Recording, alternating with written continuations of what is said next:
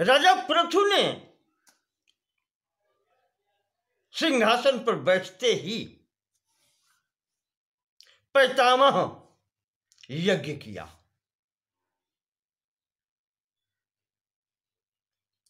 इसी यज्ञ में अंतिम दिन सूत जी की उत्पत्ति हुई है। इसी यज्ञ में देखें आप, सूत जी, रोमहर्षण सूत जी। शास्त्रों में अन्यत्र आया है कि सूत की उत्पत्ति होती है जब माता ब्राह्मणी हो और पिता क्षत्रिय हो। यहां इस यज्ञ में आहुति देते समय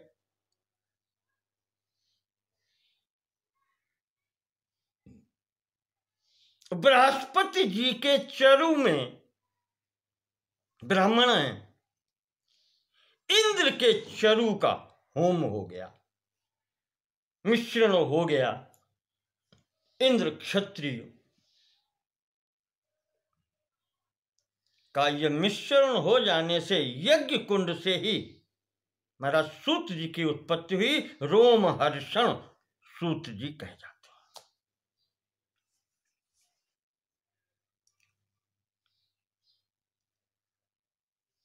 कहीं कहीं यह वर्णन आता है कि यहां से सूत और मागध, जो राजाओं की स्तुति करने वाले हैं, उनकी उत्पत्ति हुई। तो वहां जो ब्राह्मण थे और जो यज्ञ कराने वाले थे, उन महात्माओं ने कहा कि तुम हमारे महाराज की स्तुति करो, तुम्हारा यही कार्य है, इनकी प्रशंसा करो। तो वो सूत मागध कहने लगे कि महाराज, अभी तो ये उत्पन्न हुए हैं, इन्होंने कोई कार्य भी नहीं किया, हम इनकी क्या कह करके स्तुति करें? हम न इनके कर्म जानते हैं। भाई, प्रशंसा तब होती है जब व्यक्ति कोई कार्य करता है, अच्छा कार्य करता है, उसके गुण हमें पता हो, यशस्वी हो, तो उसकी प्रशंसा होती है।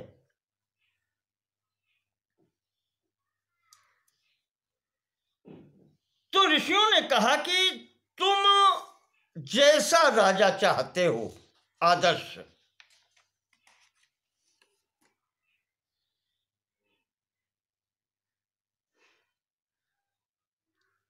वैसे प्रशंसा करो उसकी।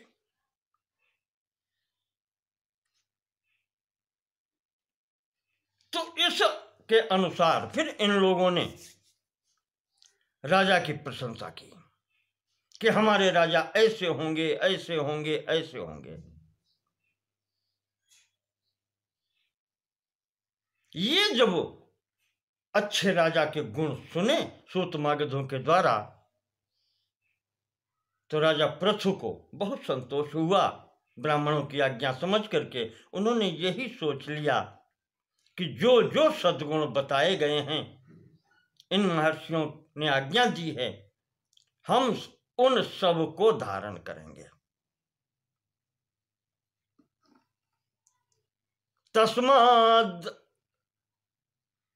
तस्माद्यद्य स्तोत्रेण गुण निर्वर्णनम त्वनो। इस स्तुति के द्वारा जो मेरे गुणों की वर्णन किया गया है, करिष्येते, करिष्यामि।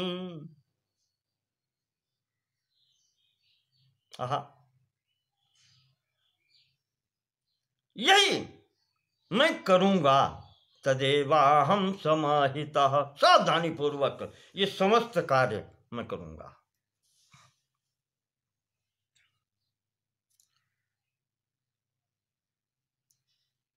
ये जब यज्ञ पूर्ण हुई, महाराज जी ने फिर वो गुण धारण किए और फिर अन्य भी यज्ञ किए। एक बार ऐसे ही संपूर्ण प्रजा हाथ जोड़ के समक्ष आ गई। महाराज, हमारी रक्षा करो। उसी यज्ञ में क्या कष्ट है, प्रजा से पूछा। प्रजा ने कहा कि समस्त औषधियां, वनस्पतियां यानी खाद्य पदार्थ हमारे समाप्त हो गए हैं। आपके पिता की अराजकता के कारण इस धरणी ने, इस भूमि ने समस्त खाद्य सामग्री आत्मसात कर ली, अपने में लीन कर ली। आज हम क्षुधा पिपासा से, भूख प्यास से क्षीण हो रहे हैं। प्रभु हमारी रक्षा करो। परमात्मा ने कृपा करके आपको हमारा रक्षक नियुक्त किया है, तो आप हमें जीवन दान दें।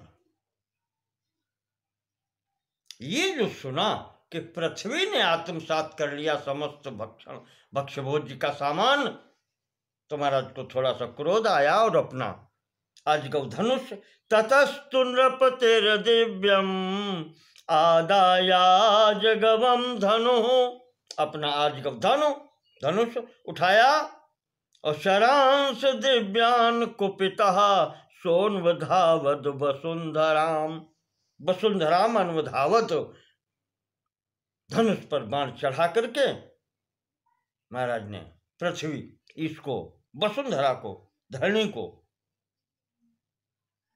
क्रोध दिखाया। पृथ्वी कांपती हुई हाथ जोड़ करके, नहीं अभी तक इसका नाम वसुंधरा है, धरणी है, धरा, ये हाथ जोड़कर महाराज के समक्ष खड़ी हो गई। कहा प्रभु ये सब प्रजा आपकी हैं, तो मैं भी तो आपकी हूं।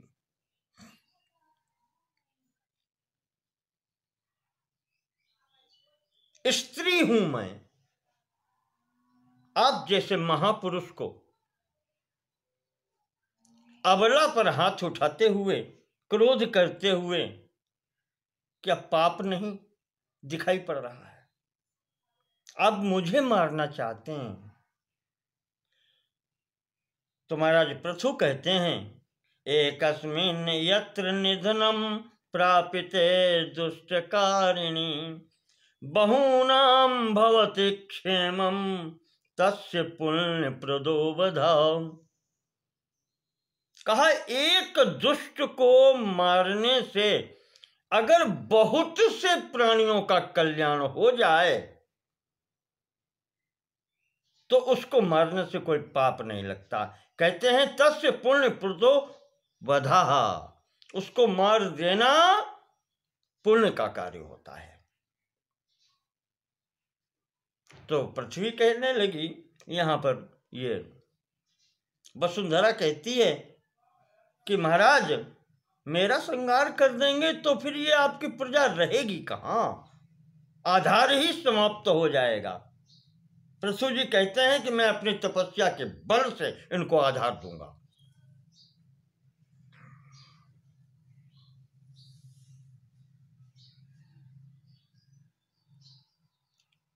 वसुंधरा कहती हैं, धरणी देवी कहती हैं कि नहीं महाराज ऐसा करने की आवश्यकता नहीं है, क्रोध त्याग करो तो मैं उपाय बतलाऊं।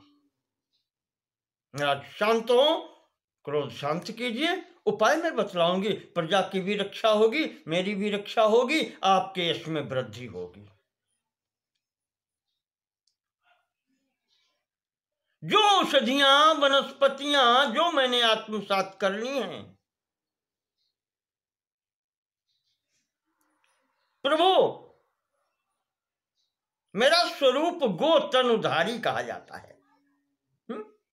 यहाँ भूमि विचारी गो तनुधारी, इस वसुंधरा का नाम गो भी है, गाय, गो स्वरूपा है। ये गो स्वरूपा इसीलिए है कि ये अपने समस्त बच्चों का पालन पोषण विधिवत करती है।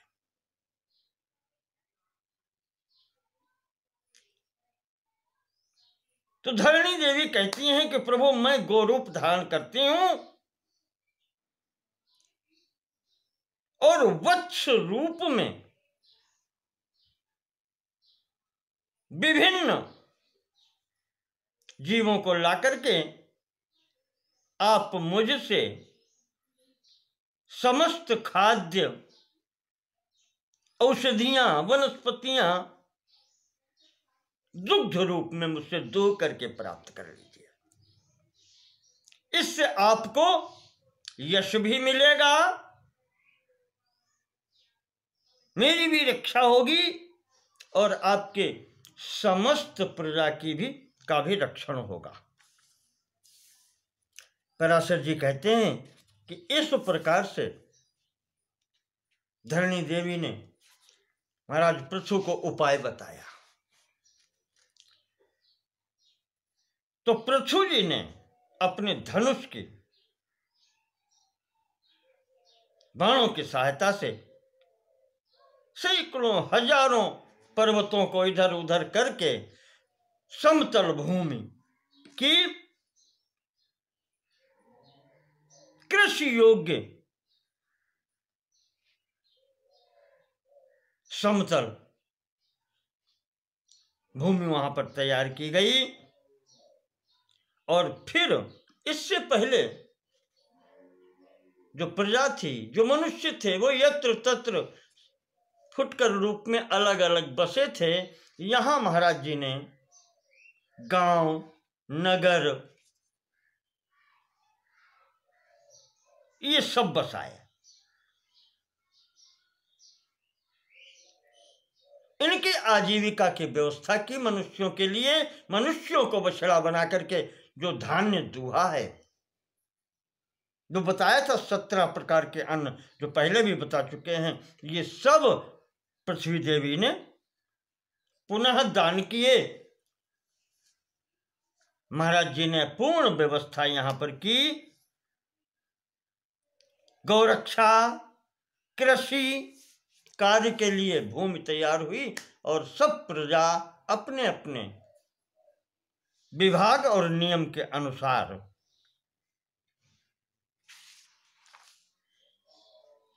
सब कार्य करने लगी,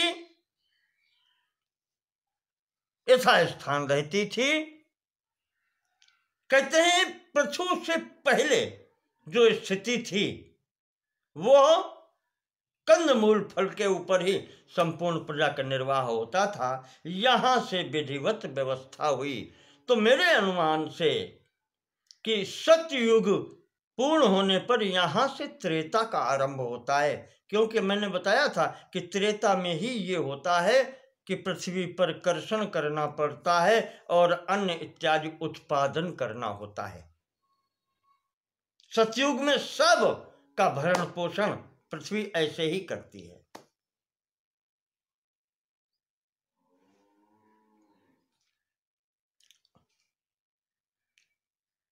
यहां पर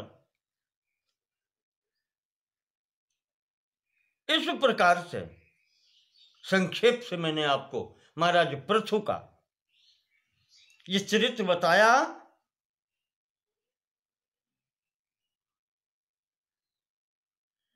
और जब पृथ्वी ने सहयोग किया संपूर्ण प्रकार से,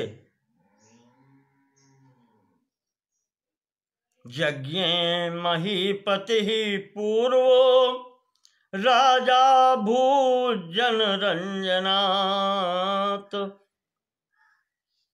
प्रजा का रंजन करने के लिए, प्रजा को सुखी करने के लिए महाराज जी इस धरा पर प्रथम राजा कहलाया।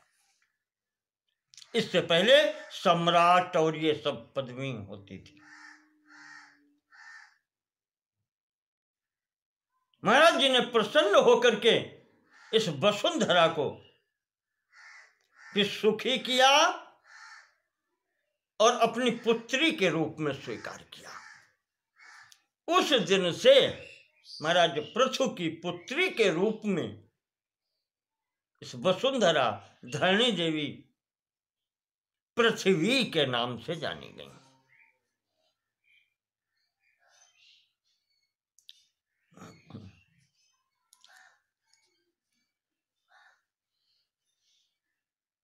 अब आगे 14वें अध्याय में प्रवेश करते हुए महर्षि पराशर जी बताते हैं कि मैत्रेय महाराज पृथु के 2 पुत्र हुए। पृथो पुत्रौ तु धर्मज्ञौ जज्ञातेऽन्तर्धिवादिनौ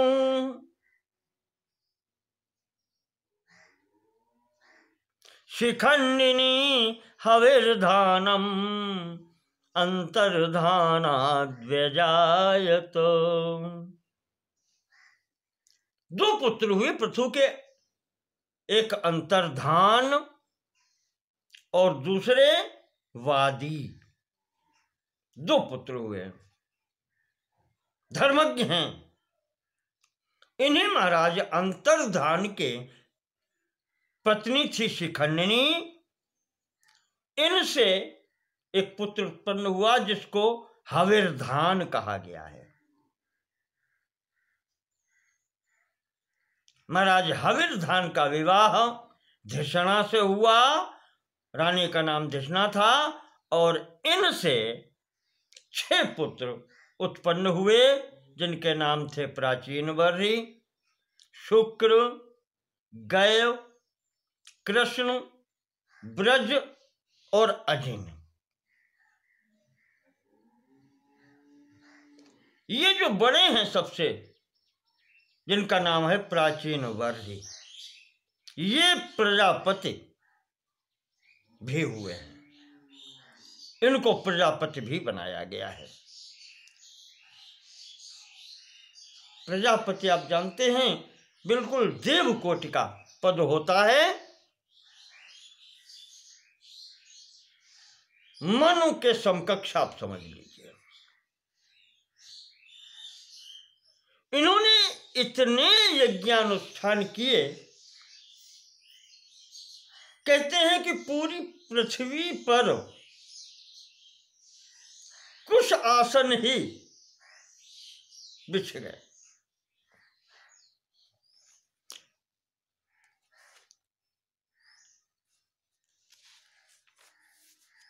समस्त पृथ्वी पर कुछ।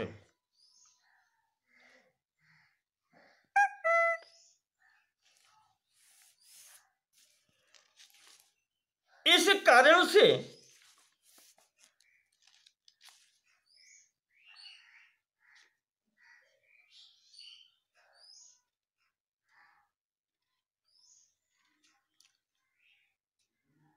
वैसे इनका नाम श्रीमद् भागवत में वर्षत कहा गया है,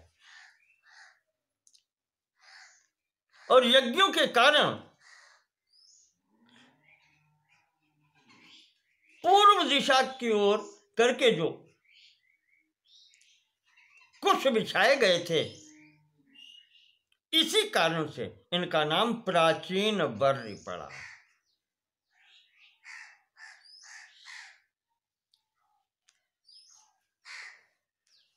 इन राजा प्राचीन वर्री का विवाह समुद्र तनयायाम तो कृतदारो महीपति महतस्तपसा पारे सवर्णायाम महामते। इनका विवाह समुद्र की पुत्री एक सवर्णा नाम की थी, उनके साथ में हुआ। श्रीमद् भागवत के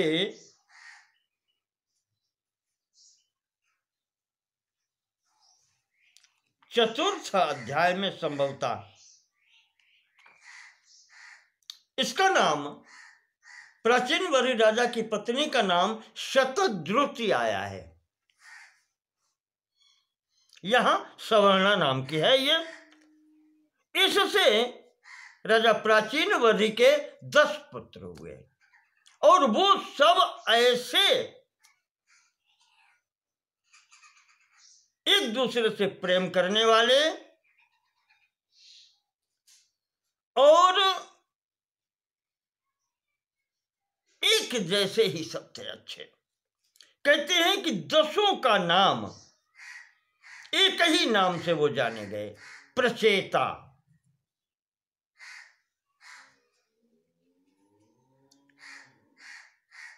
सर्वे प्रचेतसो नाम धनुर्वेदस्य पारगः।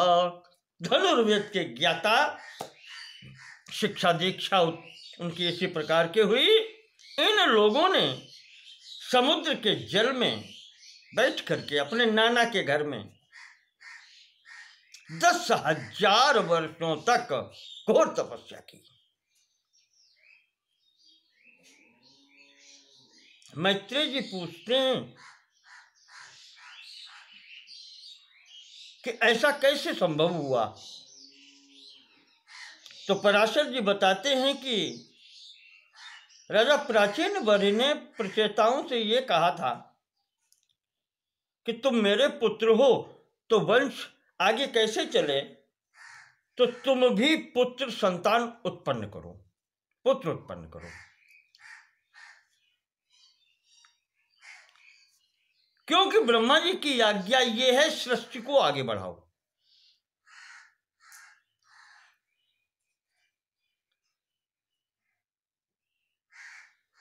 तो ये जब कहा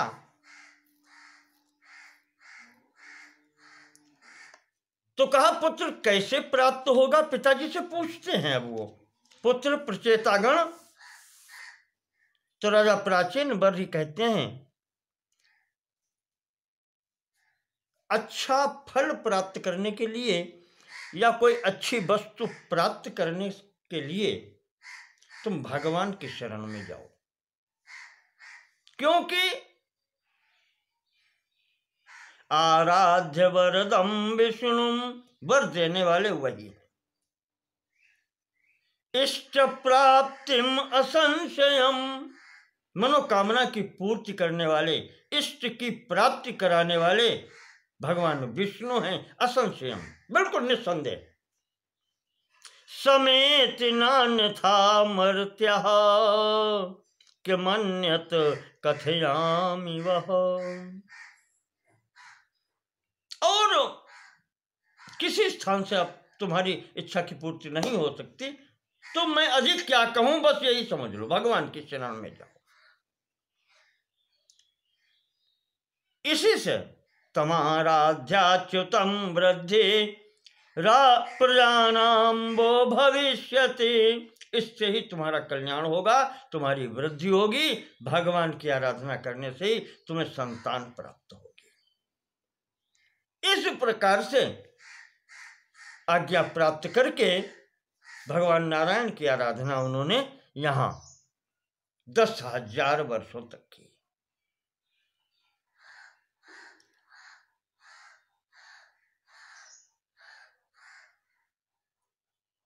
यहां उन्होंने भगवान की स्तुति की है।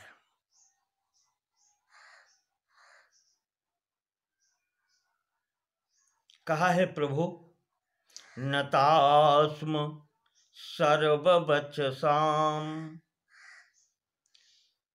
प्रतिष्ठायत्र शाश्वती। कहते हैं कि संपूर्ण वाणी की प्रतिष्ठा भी तो भगवान आपके अंदर ही है। हम क्या कहें, हम शब्द कहां से लाएं? एकमात्र संपूर्ण वाणी के आधार आप ही हैं।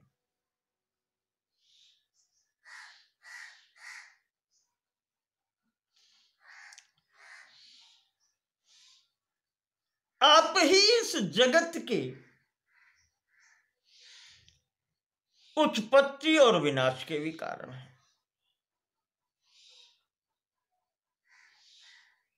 आप सब कुछ हैं, यहां पर ज्योति स्वरूप हैं, आदि हैं इसके। आपका आदि कोई नहीं है, आप कारणों के भी कारण हैं।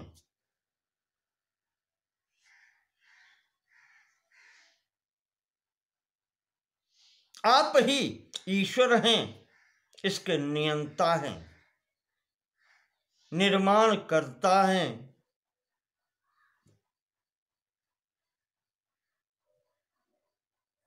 और काल स्वरूप भी आप ही है। आपको हम बारंबार प्रणाम करते हैं। संपूर्ण प्राण वाणी के आश्रय आप हैं। मुझे याद आता है, आज शंकराचार्य जी लिखते हैं मानस पूजा में, शिव मानस पूजा में, आत्मा त्वं गिरिजामति सहचरा प्राण शरीरम गृहम। जो कुछ है प्रभु आप हैं। आत्मा त्वम, आप आत्मा स्वरूप में आप ही हैं। भगवान शिव की स्तुति करते हैं, शिव नारायण में अभेद्य है। गिरिजामति, भगवती जो है वही बुद्धि है। सहचरा प्राण, ये प्राण जो चल रहे हैं, प्राणवायु, ये आपके सहचर हैं। शरीरम गृहम, ये शरीर ही आपका निवास स्थान है। पूजाते विषयोपभोग रचना निद्रा समाधि स्थिति। जो कुछ भी मैं करता हूं ये सब आपकी पूजा है। निद्रा ही समाधि है। संचारः पदयो प्रदक्षिण विधि स्तोत्राणि सर्वा गिरा। जो पैर चलते हैं, जहां जहां जाऊं सोई परिक्रमा, जोई जोई करूं तो पूजा। खुले नयन हंस हंस पहचानो जानो और न दूजा। सब कुछ आप है।